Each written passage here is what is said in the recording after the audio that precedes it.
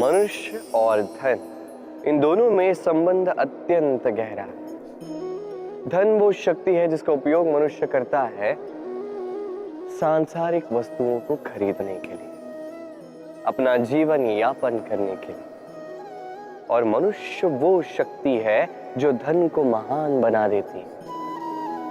अब एक बात है, उपयोग करना चाहिए धन का और प्रेम करना चाहिए मनुष्य से। ये बात अधिकतर लोग समझ नहीं पाते। लोग यही सबसे बड़ी भूल कर बैठते हैं। वो प्रेम करते हैं धन से और उपयोग करते हैं मनुष्य का। ये अनुचित है। देखिए, आप किसी सुई से युद्ध नहीं लड़ सकते, ना किसी तलवार से आप वस्त्र सी सकते नहीं। क्या किसके लिए है ये समझना आवश्यक है। आप भी उचित दिशा में कदम उठाइए। प्रेम कीजिए मनुष्य से और उपयोग कीजिए धन का। यदि आप मनुष्य का उपयोग करने लगे तो आपको प्रेम होने लगेगा धन से। ये प्रेम धीरे धीरे परिवर्तित होगा लोभ में और धीरे धीरे ये आपका अंत कर ही देगा। सफलता कौन नहीं चाहता। सफलता को प्राप्त करने का, शिखर पर पहुंचने का अलग ही एक आनंद है। और जीवन में अपने कौन नहीं चाहता। हर एक व्यक्ति चाहता है कि जीवन में मेरे कुछ अपने हों जो सदैव मेरे साथ रहे, क्योंकि अपनों के साथ ही तो सफलता का आनंद सबसे अधिक आता है।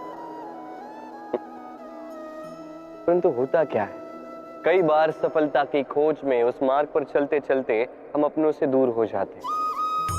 ना चाहकर भी कभी कभी हो जाते हैं। उन्हें समय नहीं दे पाते। कभी कभी भूल जाते हैं कि सफलता का वास्तविक आनंद अपनों के साथ ही है। कि सफल होने के पश्चात जब हम अपनों से मिलते हैं, उनके नेत्रों में हमारे लिए जो भाव है, जो सम्मान है, जो प्रेम है, यही असली पुरस्कार भी है। हम भूल जाते हैं बात और अकेले हो जाते हैं। अधिकतर बार ये होता है। अधिकतर बार लोग जो सफल हैं वो अकेले रह जाते हैं। अब आप क्या चाहते हैं? आप असफल होकर अकेला रहना चाहते हैं या सफल होकर अपनों के साथ आनंद मनाना चाहते हैं? निर्णय आपका है। सफलता के पीछे भागिए, स्वयं को झोंक दीजिए, किंतु अपनों का साथ कभी मत छोड़िएगा। वो अपने जो आपकी सफलता के लिए उत्तरदायी है, वो अपने जिन्हें आपकी सफलता से सुख मिलता है, आनंद मिलता है, उन्हें कभी मत त्यागिएगा। भगवान और भक्त जब एक आकार होते हैं, जब भक्त अपने भगवान की ओर, अपने जीवन के उद्देश्य की ओर पूर्णतः समर्पित होता है, तब जन्म लेती है भक्ति। अब संसार में सारी आशाएं भले ही आपका साथ क्यों ना छोड़ दें, ये भक्ति आपके साथ रहेगी। भक्त और भगवान जब एक आकार हो जाते हैं तो उनमें कोई अंतर नहीं रहता। वो एक हो जाते हैं, एक व्यक्तित्व, एक अस्तित्व।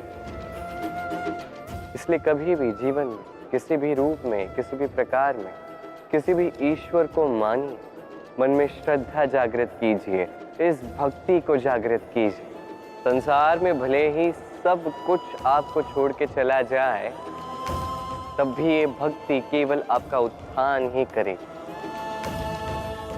तो मन में इस भक्ति को जगाइए। शब्द ही शून्य, शब्द ही आरंभ, शब्द ही अंत भी, शब्द ही अमर है, शब्द ही भ्रम भी। ये शब्द अत्यंत विशेष है। किसी रोते को हंसा देते हैं, किसी हंसते को रुला देते हैं, किसी के मन में ऊर्जा जागृत करते हैं तो किसी के मन को कांटा बनकर चुभ जाते हैं। एक अत्यंत महत्वपूर्ण बात है जो समझना अत्यंत आवश्यक है। आपका मन, आपका हृदय कितना भी शुद्ध क्यों ना हो, कितना भी पवित्र क्यों ना हो, आपकी विचारधारा कितनी भी स्पष्ट क्यों ना हो, यदि आपकी वाणी पवित्र नहीं, यदि आपके शब्द शुद्ध नहीं, तो ये आपको आपके कर्मफल को भोगने पर विवश कर ही देते हैं। एक सरल सा उदाहरण देता हूं। आपके जीवन में कोई ऐसा होगा जो आपको नहीं भाता, जो कदाचित अधर्मी होगा, जो कदाचित नीच बुद्धि वाला होगा, परंतु उसे अपशब्द कह देने से उसमें परिवर्तन तो नहीं आता। उसकी मानसिकता तो नहीं बदलती, बस मन में प्रतिकार की भावना जागती, द्वेष की भावना जागती है और कुछ नहीं। इसलिए इन शब्दों पर नियंत्रण रखिए, इस वाणी पर नियंत्रण रखिए। श्रेष्ठ से श्रेष्ठ व्यक्ति को भी सावधान रहना पड़ता है, क्योंकि यदि इन शब्दों का प्रयोग उचित ना हुआ तो आजीवन निशब्द होकर रह जाते हैं लोग।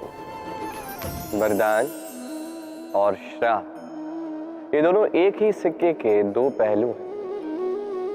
ये वरदान हमें कई कारणों से मिलता है, कभी हमारे परिश्रम के कारण, कभी तपस्या के कारण, कभी हमारे पुरखों के परिश्रम और तपस्या के कारण। परंतु ये वरदान कब तक वरदान ही रहेगा, ये हम निश्चित नहीं करते। ये निश्चित करते हैं केवल हमारे कर्म। यदि आपको उदाहरण दूं तो किसी रेशम के कीड़े को देखिए। उसे वरदान प्राप्त है कि वो अपनी सुरक्षा के लिए खोल बना सकता है। अब वो उसमें इतना मधांध हो जाता है कि वो एक ऐसा खोल बना देता है जिसमें स्वयं ही गिरता है, दबकर मर जाता है। इसका तात्पर्य क्या है? तात्पर्य सरल है। गर्व करना ठीक है, किंतु अहंकार करना बिल्कुल ठीक नहीं। यदि अहंकार मन में प्रवेश कर गया तो इस वरदान को श्राप बनने में समय नहीं लगता। और यदि कर्म श्रेष्ठ रहे तो श्राप भी वरदान बन जाता है। सुख